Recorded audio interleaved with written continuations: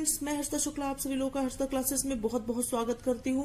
Friends, आज मैं UP DElEd 4th semester के पेपर फर्स्ट, जिसका नाम है आरंभिक स्तर पर भाषा एवं गणित के पठन लेखन क्षमता का विकास, तो ये आपका पहला पेपर है और कल ये पेपर होने वाला है फर्स्ट मीटिंग में। और इस पेपर के तहत मैं बहुत ही महत्वपूर्ण पूरे पाठ्यक्रम को एक ही वीडियो में समाहित करने वाली हूँ। पूरा पाठ्यक्रम आपका जो आरंभिक स्तर का है वो एक ही वीडियो में रहेगा और हर एक टॉपिक पर यहाँ बात की जाएगी और बहुत ही महत्वपूर्ण प्रश्नों को मैं लेकर के आई हूँ। तो पूरा वीडियो आप ध्यान से देखें, एक भी क्वेश्चन स्किप ना करें, क्योंकि ये वीडियो देखना आपके लिए पर्याप्त होगा। परीक्षा के लिए आप लोग बहुत ही अच्छे अंकों से पास हो जाएंगे अगर आप इस वीडियो को देखते हैं तो चलिए स्टार्ट करते हैं। पहला क्वेश्चन है, हिंदी में स्वर होते हैं, तो हिंदी में 11 स्वर होते हैं। हिंदी में स्वर कितने होते हैं? 11। दूसरा है, मनुष्य के उच्चारणोपयोगी अवयव हैं, तो मनुष्य के उच्चारणोपयोगी अवयव है काकल, कंठ, दंत। ये 3 जो है मनुष्य के उच्चारणोपयोगी अवयव के अंतर्गत आते हैं। नंबर 3 है फ्रेंड्स, ध्वनि विज्ञान में अध्ययन किया जाता है, तो ध्वनि विज्ञान में मानव मुख से निकली हुई ध्वनि का अध्ययन किया जाता है। ध्वनि विज्ञान के अंतर्गत जो मनुष्य के मुख से जो ध्वनियां निकलती हैं उन्हीं का अध्ययन किया जाता है। अगला क्वेश्चन नंबर 4 है फ्रेंड्स, ओष्ठाकृत आधार पर स्वर, तो ओष्ठाकृत आधार पर स्वर जो है 2 प्रकार के होते हैं। पहला होता है वृत्ताकार स्वर तथा दूसरा होता है अवृत्ताकार स्वर। अगला क्वेश्चन नंबर 5 है, व्यंजनों को उच्चारण की दृष्टि से बांटा गया है, तो व्यंजनों को उच्चारण की दृष्टि से 3 भागों में बांटा गया है। अगला क्वेश्चन नंबर 6 है, ध्वनियों के उच्चारण से होने वाले यत्न को प्रयत्न कहा जाता है। यह होते हैं, तो यह किससे उत्पन्न होते हैं? स्वर तंत्री कंपन से उत्पन्न होते हैं, श्वास की मात्रा से उत्पन्न होते हैं और जीवा तथा अन्य अवयवों द्वारा उत्पन्न होते हैं। अगला क्वेश्चन नंबर 7 है, आश्चर्य, हर्ष, शोक, उत्साह इत्यादि व्यक्त करने में प्रयोग होता है, तो विस्मयादि बोधक का प्रयोग होता है। आश्चर्य, हर्ष, शोक, उत्साह इत्यादि व्यक्त करने के लिए विस्मयादि बोधक का प्रयोग होता है। बहुत ही महत्वपूर्ण प्रश्न है सभी। अगला क्वेश्चन नंबर 8 है, ढ वर्ण किस वर्ग में आता है? तो ट वर्ग में आता है, क्योंकि ट, ठ, ड और ढ ट वर्ग में ही ढ वर्ण आता है। अगला क्वेश्चन नंबर 9 है, भाषा शिक्षण के पक्ष हैं, तो भाषा शिक्षण के पक्ष होते हैं पठन, लेखन, व्याकरण इत्यादि। ये सभी जो है भाषा शिक्षण के पक्ष के अंतर्गत आते हैं। नेक्स्ट क्वेश्चन नंबर 10 है, लेखन एक शारीरिक क्रिया है जिससे बालकों के हाथों की गतिविधियां करनी पड़ती हैं। कथन है, तो ये लेखन एक शारीरिक क्रिया है जिसमें बालकों के हाथों को गतिविधियां करनी पड़ती है। यह कथन श्रीमती मांटेश्वरी का, क्योंकि लेखन एक शारीरिक क्रिया होता है, हम लिखते हैं तो हाथ ही हमारी गतिविधि करती है, और ये कथन जो है वो श्रीमती मांटेश्वरी जी का है। नेक्स्ट क्वेश्चन नंबर 11 है फ्रेंड्स, जिनका उच्चारण कंठ के स्पर्श से होता है उन्हें वो कौन कौन से होते हैं? क, ख, ग, घ, इन सभी का उच्चारण जो है कंठ के स्पर्श से होता है। अगला क्वेश्चन नंबर 12 है, विराम संबंधी समस्या का मुख्य कारण है, तो विराम चिन्हों का ज्ञान न होना ही विराम संबंधी समस्या का प्रमुख कारण हो सकता है। कि अगर बच्चे को विराम चिन्हों का ज्ञान नहीं है तो विराम संबंधी समस्या से ग्रसित है। अगला क्वेश्चन नंबर 13 है, विवृत स्वर है, तो विवृत स्वर है आ और अ जो है विवृत स्वर के अंतर्गत आते हैं। अगला क्वेश्चन नंबर 14 है, संयुक्त व्यंजन है, तो छ, त्र, ज्ञ ये सभी संयुक्त व्यंजन के अंतर्गत आते हैं। अगला क्वेश्चन नंबर 15 है, दीर्घ स्वर है। दीर्घ स्वर आपका आ है, आ, ए, ओ, औ ये सभी क्या है? दीर्घ स्वर के अंतर्गत आते हैं। अगला क्वेश्चन नंबर 16 है, वाक्य जहां बहुत कम ठहरता है प्रयोग होता है, मतलब जहां पर बहुत कम वाक्य ठहरता है वहां पर अल्प विराम का प्रयोग करते हैं। अगला क्वेश्चन नंबर 17 है, जब आंकड़े घटते हुए क्रम में लिखा जाता है तो उसे क्या कहते हैं? अवरोही क्रम लिखा जाता है। जब कोई आंकड़े जो है घटते मतलब बढ़ते से घटते क्रम की तरफ लिखे जाए तो उसे अवरोही क्रम कहते हैं, और घटते से बढ़ते क्रम की ओर लिखे जाए तो उसे आरोही क्रम कहते हैं। तो आप हमेशा ध्यान में रखेंगे कि घटते क्रम में पूछा जाए तो अवरोही क्रम, और बढ़ते क्रम अगर हो तो आरोही क्रम लिखेंगे। अगला क्वेश्चन नंबर 18 है, मूल संख्या में वृद्धि करना, बढ़ाना और योग करना कहलाता है तो इसे जोड़ कहते हैं। मतलब किसी भी संख्या में वृद्धि कर दिया जाए, बढ़ा दिया जाए या योग कर दिया जाए किसी दूसरी संख्या से तो उसे जोड़ कहते हैं।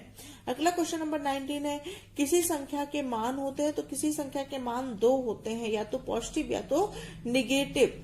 अगला क्वेश्चन नंबर 20 है, 3 शब्दों की सबसे पहली संख्या है तो 3 शब्दों की सबसे पहली संख्या जो है वो 100 है, अर्थात 100 जो है वो 3 शब्दों की सबसे पहली संख्या के अंतर्गत आता है। अगला क्वेश्चन नंबर 21 है, पठन प्रक्रिया में उचित आरोह अवरोह का समावेश न होने का प्रमुख कारण है। तो अगर पठन प्रक्रिया में जो है उचित आरोह अवरोह का समावेश ना हो तो इसका प्रमुख कारण क्या हो सकता है? शीघ्रता से पठन, मतलब तेजी से पढ़ना। दूसरा है भाव को समझकर ना पढ़ना, मतलब जो भाव उस पठन बुक में दिया गया है उसको समझकर ना पढ़ना। और तीसरा अत्यधिक तेज आवाज में पढ़ना। तो ये सभी पठन प्रक्रिया में उचित आरोह अवरोह का समावेश ना होने का प्रमुख कारण है। अगला क्वेश्चन नंबर 22 है फ्रेंड्स, लिखित भाषा ध्वन्यात्मक पठन को, ध्वन्यात्मक मतलब फ्रेंड्स बोल करके या ध्वनि के साथ पढ़ना, इसको क्या कहते हैं? सस्वर पठन कहते हैं। अगला क्वेश्चन नंबर 23 है, भाषा के प्रमुख गुण हैं तो भाषा के 2 प्रमुख गुण लिख सकते हैं, सार्थकता होती है भाषा में और क्रमबद्धता होती है, ये 2 प्रमुख गुण है भाषा के। अगला क्वेश्चन नंबर 24 है कि क का उच्चारण स्थान है, मतलब क जो है क उसका उच्चारण स्थान क्या है? उसका उच्चारण स्थान है कंठ। अगला क्वेश्चन नंबर 25 है, इच्छा का पर्यायवाची है तो आशा, स्पृहा, अभिलाषा। एग्जाम में पूछा जा सकता है कि स्पृहा किसका पर्यायवाची शब्द है, तो ध्यान रखिएगा स्पृहा जो है इच्छा का पर्यायवाची शब्द है। स्पृहा बिल्कुल अनभिज्ञ है और ये आप लोगों को प्रॉब्लम हो सकती है। आशा और अभिलाषा को आप इच्छा से जोड़ सकते हैं, लेकिन स्पृहा थोड़ा नया है, तो स्पृहा बिल्कुल ध्यान रखिएगा कि स्पृहा जो है वो इच्छा का ही पर्यायवाची शब्द होता है। अगला क्वेश्चन नंबर 26 है, जिन स्वरों का उच्चारण करते समय मुख पूरी तरह खुला रहता है कहलाते हैं। मतलब ऐसे स्वर जिनका उच्चारण करते समय मुख जो है पूरी तरह से खुला रहे उसको क्या कहते हैं? उसको विवृत स्वर कहते हैं। अगला क्वेश्चन नंबर 27 है, संख्या 5 को 0 से गुणा करने पर गुणनफल प्राप्त होगा। तो किसी भी संख्या को फ्रेंड्स अगर 0 से गुणा करते हैं या 0 से भाग देते हैं तो उसका भागफल या गुणनफल सदैव 0 ही आता है। तो हमने इस तरह से 2 क्वेश्चन लिया है कि संख्या 5 को 0 से गुणा करने पर गुणनफल 0 प्राप्त होगा और 0 को किसी संख्या से भाग देने पर भागफल भी 0 होता है। अगला क्वेश्चन नंबर 29 है, एक सैकड़े में कितनी दहाइयां होती हैं? तो एक सैकड़े में 10 दहाइयां होती हैं। अगला क्वेश्चन नंबर 30 है, लेखन की अशुद्धियों को दूर करने के उपाय लिखिए। तो लेखन की अशुद्धियां अगर बच्चे को 12 खड़ी का अभ्यास है तो दूर किया जा सकता है। व्याकरण का समुचित ज्ञान है तब भी लेखन संबंधी अशुद्धियां दूर होंगी, और उच्चारण की स्पष्टता की दशा में भी लेखन संबंधी अशुद्धियां दूर होंगी। तो पहला हो गया 12 खड़ी का ज्ञान होना, दूसरा हो गया व्याकरण का समुचित ज्ञान और तीसरा उच्चारण की स्पष्टता। अगला क्वेश्चन नंबर 31 है फ्रेंड्स, य र ल व कहलाता है। तो य र ल व क्या कहलाता है? अंतस्थ व्यंजन कहलाता है। अगला क्वेश्चन नंबर 32 है, च वर्ग का उच्चारण स्थान है। तो च वर्ग का उच्चारण स्थान जो होगा वो होगा तालु। च वर्ग का क्या होगा? तालु होगा। क वर्ग का क्या होता है? कंठ होता है। और च वर्ग का क्या होगा? तालु होगा। ये क्या होगा? च वर्ग मतलब च, छ, ज, झ का उच्चारण स्थान होगा वो तालु होगा। अगला क्वेश्चन नंबर 33 है, अंग्रेजी में स्वर क्या होते हैं? 5। 5 कौन कौन से होते हैं? ए, ई, आई, ओ और यू। ये 5 स्वर जो है अंग्रेजी भाषा में होते हैं। अगला क्वेश्चन नंबर 34 है फ्रेंड्स, इति श्री के चिन्ह है, तो इस प्रकार से अगर चिन्ह दी हो, ये ऐसे लाइन और ये ऐसे कॉमा, ये बिंदु और ये लाइन, तो इस तरह से अगर चिन्ह दिए हों तो ये दोनों ही चिन्ह इति श्री के अंतर्गत आते हैं। अगला क्वेश्चन नंबर 35 है, संयुक्त व्यंजन ज्ञ जिस वर्ण से बना है वे हैं, तो ज के नीचे हलंत प्लस इया को मिला करके ही ज्ञ का निर्माण हुआ है। ध्यान रखें, ज नीचे हलंत प्लस इया को मिला करके ज्ञ वर्ण बना है। ज्ञ फॉर ज्ञानी, ज्ञ से क्या होता है, ज्ञानी होता है ना, वो ज के नीचे हलंत और प्लस इया को मिला के ही ज्ञ बना है। अगला क्वेश्चन नंबर 36 है, हिंदी में वचन होते हैं। हिंदी में दो प्रकार के वचन होते हैं, एक वचन और बहुवचन। एक वचन क्या होता है, जैसे लड़की हो गई एक वचन हो गई और लड़कियां बहुवचन होती हैं। अगला क्वेश्चन नंबर 37 है, 100 इकाई के समूह को कहते हैं। तो अगर 100 इकाई के समूह को क्वेश्चन पूछा जाए तो उसे एक सैकड़ा कहते हैं। ध्यान रखिएगा फ्रेंड्स, एक सैकड़ा। अगला क्वेश्चन नंबर 38 है, गणित की मूल संक्रिया। तो सभी को पता है गणित की जो मूल संक्रिया होती है वो प्लस जोड़ होती है, जोड़, घटाना, गुणा और भाग, ये चार ही संक्रियाएं गणित की मूल संक्रियाओं के अंतर्गत आती हैं। आंसर में भी होगा जोड़ तथा घटाना, गुणा तथा भाग, ये सभी गणित की मूल संक्रियाएं हैं। अगला क्वेश्चन नंबर 39 है फ्रेंड्स, व्यंजन वर्णों को लिखिए। तो व्यंजन वर्ण कितने प्रकार के होते हैं? व्यंजन वर्ण 4 प्रकार के होते हैं, स्पर्श, अंतस्थ, ऊष्म, संयुक्त। स्पर्श व्यंजन, अंतस्थ व्यंजन, ऊष्म व्यंजन, संयुक्त व्यंजन। अगला क्वेश्चन नंबर 40 है, प्रथम पठन शिक्षण की ध्वनि साम्य विधि लिखिए। बहुत ही महत्वपूर्ण प्रश्न है, 2018 में पूछा गया है। तो इस विधि के प्रयोग द्वारा एक जैसी ध्वनियों के वर्णों का ज्ञान एक साथ किया जाता है। मतलब पठन शिक्षण विधि का प्रयोग अगर करें तो एक जैसी ध्वनि के वर्णों का ज्ञान एक साथ किया जाता है, जैसे हो गया राम, काम, आम आदि। अगला क्वेश्चन नंबर 41 है, शब्द किसे कहते हैं? तो इसका क्या होगा, निश्चित अर्थ को अभिव्यक्त करने वाले वर्णों के समूह को शब्द कहते हैं। निश्चित अर्थ को अभिव्यक्त करने वाले वर्णों के समूह को शब्द कहते हैं, जैसे मोहन, पुस्तक आदि। तो ये आपके का शब्द का डिफिनेशन हो जाएगा कि निश्चित अर्थ के वर्णों को अभिव्यक्त करने वाले समूह को जो है वो शब्द कहते हैं, मोहन, पुस्तक आदि। अगला क्वेश्चन नंबर 42 है, पठन के प्रकार बताइए। तो मुद्रा भाव पठन, दृश्य पठन, अभिनय पठन, चित्र पठन, ये 4 पठन के प्रकार है। मुद्रा भाव, दृश्य, अभिनय और चित्र पठन। मुद्रा भाव पठन, दृश्य पठन, अभिनय पठन, चित्र पठन, याद रखिएगा इसको।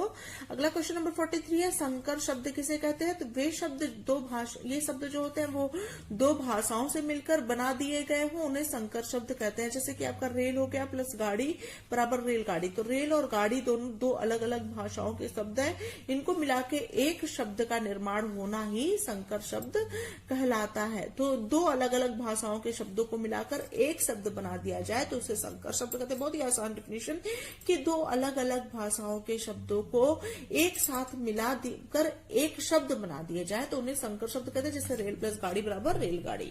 अगला क्वेश्चन नंबर 44 है, पठन में रुचि के विकास हेतु विधियां लिखिए। तो अक्षर बोध विधि रुचि उत्पन्न करता है, कविता विधि, कहानी विधि, ध्वनि साम्य विधि, वर्णोच्चारण विधि।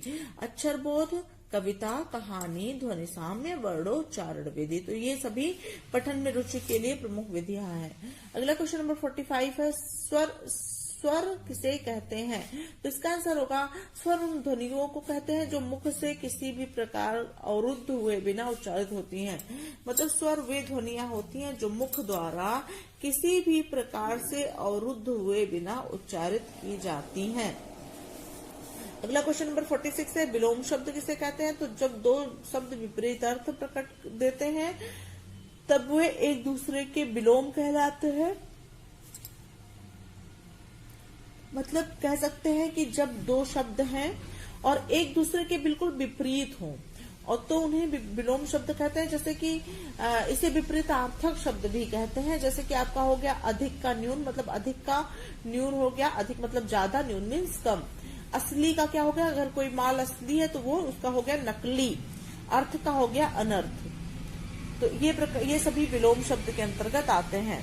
अगला क्वेश्चन नंबर 47 है, पर्यायवाची शब्द किसे कहते हैं? तो पर्याय का अर्थ है दूसरा, अतः पर्यायवाची शब्द का अर्थ हुआ एक उस अर्थ का बोधक अर्थ, मतलब कि दूसरा शब्द। जैसे कि कोई शब्द है उसका दूसरा शब्द जब हो तो उसे पर्यायवाची शब्द कहते हैं। जैसे अग्नि का हो गया आग, अनल, पावक। तो अग्नि का आग, अनल, पावक जो है ये क्या है, दूसरा शब्द है, अर्थात ये इसके पर्यायवाची शब्द हैं। अगला क्वेश्चन नंबर 48 है फ्रेंड्स, स्पर्श व्यंजन किसे कहते हैं? बहुत ही महत्वपूर्ण प्रश्न है। तो जिन व्यंजनों का उच्चारण मुख द्वार को बंद करके इस प्रकार बोलते हैं कि हवा उच्चारण स्थानों को स्पर्श मात्र करती है, स्पर्श व्यंजन कराते हैं। मतलब कि ऐसे व्यंजन जिनके उच्चारण में मुख द्वार को जो है बंद करके किया जाता है और इस प्रकार बोला जाता है कि हवा जो है उच्चारण स्थानों को केवल स्पर्श करे, थोड़ा सा स्पर्श करे, मात्र स्पर्श करे, तो उसे क्या कहते हैं? स्पर्श व्यंजन कहते हैं। जैसे क, ख, ग, घ, ट, ठ, ड, ढ, त, थ, द, ध, ये सभी क्या है? स्पर्श व्यंजन के एग्जाम्पल हैं। अगला क्वेश्चन नंबर 49 है, हलंत से क्या अभिप्राय? बहुत ही महत्वपूर्ण प्रश्न है। तो आधा वर्ण या स्वर रहित वर्ण, जब किसी व्यंजन को स्वर रहित लिखना होता है तो हलंत का प्रयोग करते हैं। मतलब आधा वर्ण या स्वर रहित वर्ण, जब किसी व्यंजन को स्वर रहित लिखना होता है तो क्या करते हैं? हलंत का प्रयोग करते हैं। हलंत को क्या कह सकते हैं? आधा वर्ण या स्वर रहित वर्ण, जब किसी व्यंजन को स्वर रहित लिखना होता है तो हलंत का प्रयोग किया जाता है। अगला क्वेश्चन नंबर 50 है फ्रेंड्स, अयोग वाह के प्रकार। तो पहला हो गया अनुस्वार। अनुस्वार का एग्जाम्पल हो गया गंगा, अहिंसा, झंडा। मतलब जिसमें अंग की मात्रा ऊपर हो वो अनुस्वार हो जाएगा। अनुनासिक जिसमें चंद्र बिंदी हो, जैसे उंगली, आधी। विसर्ग जिसमें अह की मात्रा हो, जैसे प्रातः, दुख। ये सभी अनुस्वार, अनुनासिक, विसर्ग आप लोग को समझ में आ गया होगा। इसके एग्जाम्पल के आधार पे अगर इसका डिफिनेशन भी पूछा जाए तो आप अपने शब्दों में बना करके लिख सकते हैं। एग्जाम्पल सबसे महत्वपूर्ण होता है। अनुस्वार हो गया गंगा, अहिंसा, झंडा।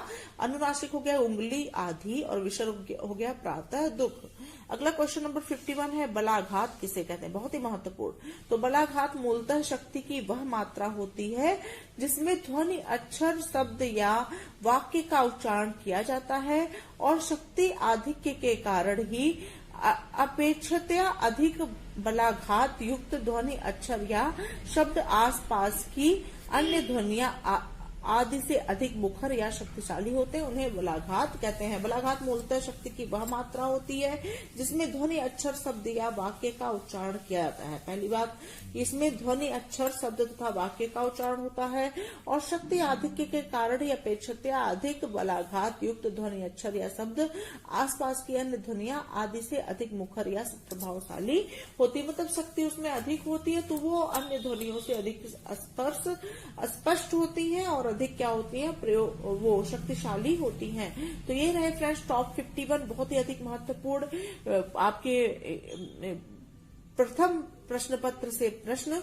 और यहाँ से आप 50 में से 50 नंबर पाने की पूरी तैयारी करने के लिए तैयार हो जाएं। पूरा वीडियो को ज्यादा से ज्यादा मात्रा में शेयर करें ताकि सभी मित्र आपके इसका लाभ उठा सके। मिलते हैं नेक्स्ट वीडियो के साथ, तब तक के लिए thank you so much friends. Thanks for watching my video.